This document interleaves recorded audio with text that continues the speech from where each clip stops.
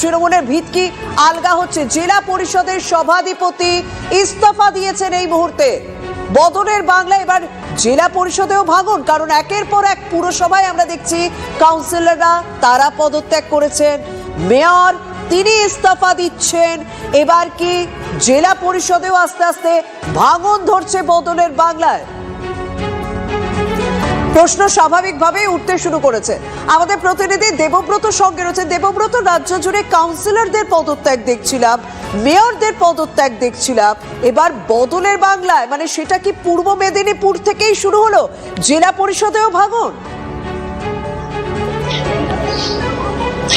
একদমই দেখো, সেটা ঠিকই। একদম পূর্ব মেদিনীপুর, যেটা মুখ্যমন্ত্রীর জেলা, সেই জায়গাতেই কিন্তু জেলা পরিষদের সভাধিপতি যিনি উত্তম বারিক, তিনি কিন্তু ডিভিশনাল কমিশনারের অফিস যেটি মেদিনীপুরে অবস্থিত সেখানে কিন্তু পদত্যাগ পত্র জমা দিতে এসেছেন এবং তিনি ইতিমধ্যেই কিন্তু অফিসে ঢুকেছেন এবং সেই পদত্যাগ পত্র কিন্তু জমা দিচ্ছেন। আমরা যেটা পুরো সরাসরি সেই ছবি দেখতে পাচ্ছি, তিনি অফিসারদের সাথে কথা বলছেন এবং তিনি পরিষ্কার বলছেন যে তিনি এর আগে যখন রেজাল্ট বেরিয়েছিল 4 তারিখের পরেই তিনি জানিয়েছিলেন যে জনগণের রায়, জনগণ তাদের পক্ষে রায় দেয়নি, তাই তিনি পদত্যাগ পত্র দেবেন বলে জানিয়েছিলেন এবং সেই মতো তিনি আজকে পদত্যাগ পত্র জমা দিতে এসেছেন এবং সেই পদত্যাগ পত্র তিনি জমা দিচ্ছেন। কাজ করার কোনো অসুবিধা হচ্ছে কিনা সেটা আমরা জিজ্ঞাসা করেছিলাম, তো তিনি বলেছেন এটা পরবর্তী ক্ষেত্রে হবে। কাজ করে এই তো সবে সরকার গঠন হয়েছে, এখনই কাজ করার সেরকম সুযোগ নেই, তবে পরবর্তী ক্ষেত্রে হলে গোলমাল হতে পারে, সমস্যা তৈরি হতে পারে, তাই আগে থেকেই তিনি এই পদত্যাগ পত্র জমা দিয়ে দিচ্ছেন বলেই জানিয়েছেন।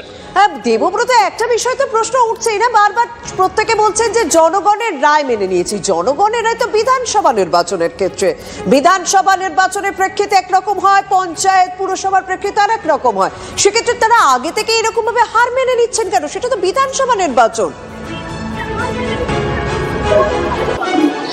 একদমই দেখো, সেই বিধানসভা নির্বাচনের রায় হলেও কিন্তু সাধারণ মানুষ বা এখানকার নেতৃত্বের মধ্যে কোথাও একটা, বা রাজ্যের তৃণমূল নেতৃত্বের মধ্যে কোথাও একটা আশঙ্কা কাজ করছে। তার ফলে কিন্তু এ ধরনের পদত্যাগ পত্র বিভিন্ন দিকেই আমরা দেখতে পাচ্ছি। তার ব্যতিক্রম হলো না পূর্ব মেদিনীপুর বা মুখ্যমন্ত্রীর জেলাও। একদম সেই ছবি আমরা দেখতে পাচ্ছি। পূর্ব মেদিনীপুর থেকে শুরু হলো, জেলা পরিষদেও ভাঙন শুরু হলো।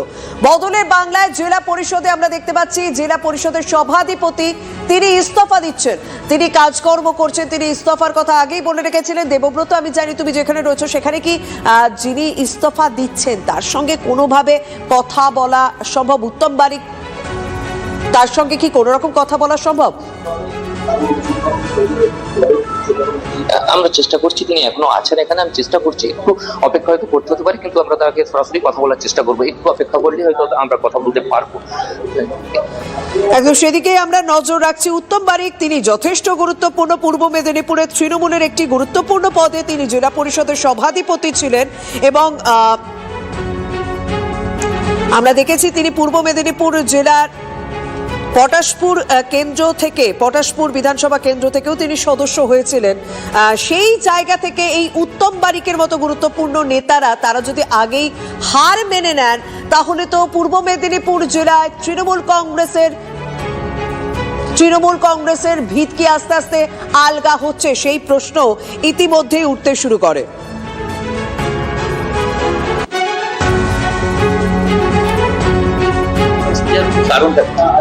বললাম, মানুষের রায় আমাদের পক্ষ থেকে সরে গেছে, তাই এই দায়িত্বে থেকে মানুষ যখন চাইছেন না আমাদেরকে, দায়িত্ব থেকে চেয়ার আগলে রেখে লাভ নেই। নৈতিক দায়িত্ব এবং কর্তব্যের কারণে সভাধিপতি পদ থেকে পদত্যাগ করি। মুখ্যমন্ত্রীর জেলা, সেই জেলা কাজ করার অসুবিধা হচ্ছে, না সেরকম ব্যাপার না। বিধানসভার রায়, সেক্ষেত্রে জেলা পরিষদ চালানোর ক্ষেত্রে কোনো অসুবিধা থাকার কথা। দেখুন, এটা মানে হয়তো আপনি আপাতত দৃষ্টিতে মনে করছেন বিধানসভার রায়, লোকসভার রায়, পঞ্চায়েতের রায়, এটা নিশ্চিতভাবে ভিন্ন ধরনের।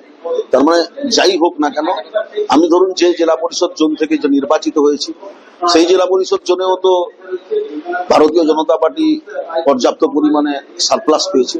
তার মানে স্বাভাবিক কারণেই তো মানুষ মুখ ফিরিয়ে নিয়েছে। সেই বিধানসভার সেই মানে সাধারণ মানুষ মুখ ফিরিয়ে নেওয়ার জন্য কি আপনারা মানে আদার্স যে এইগুলো রয়েছে, স্তরগুলো রয়েছে, সেই সমস্ত স্তরীয় যে স্তরগুলো রয়েছে, সেই জায়গা থেকে একে একে পদত্যাগ? হ্যাঁ, সেই কারণে কাজ করতে পারবেন না আগামী দিনে? না, সেরকম কোন চিন্তা ভাবনা বা সেরকম কোন প্রতিবন্ধকতা এখনো পর্যন্ত কোথাও তৈরি হয়নি। বিরোধী সরকার পক্ষ বিজেপি বারবার অভিযোগ করে যে তৃণমূল বিভিন্ন জায়গায় দুর্নীতি করেছে, তাই তারা ভয়ে সেখান থেকে অপসারণ করতে বা সরিয়ে যাচ্ছে। এই ধরনের অভিযোগ কি তাহলে? না, দুর্নীতি করে থাকলে সরে গেলে তো হবে না, তার কাছে সরকারি নথি রয়েছে, তার বিরুদ্ধে নিশ্চিতভাবে আইনি ব্যবস্থা হবে। একদম ঠিক এইভাবে তিনি কিন্তু পরিষ্কার জানালেন, যেটা যে বিধানসভায় রায় হলেও কিন্তু পর্যায়ে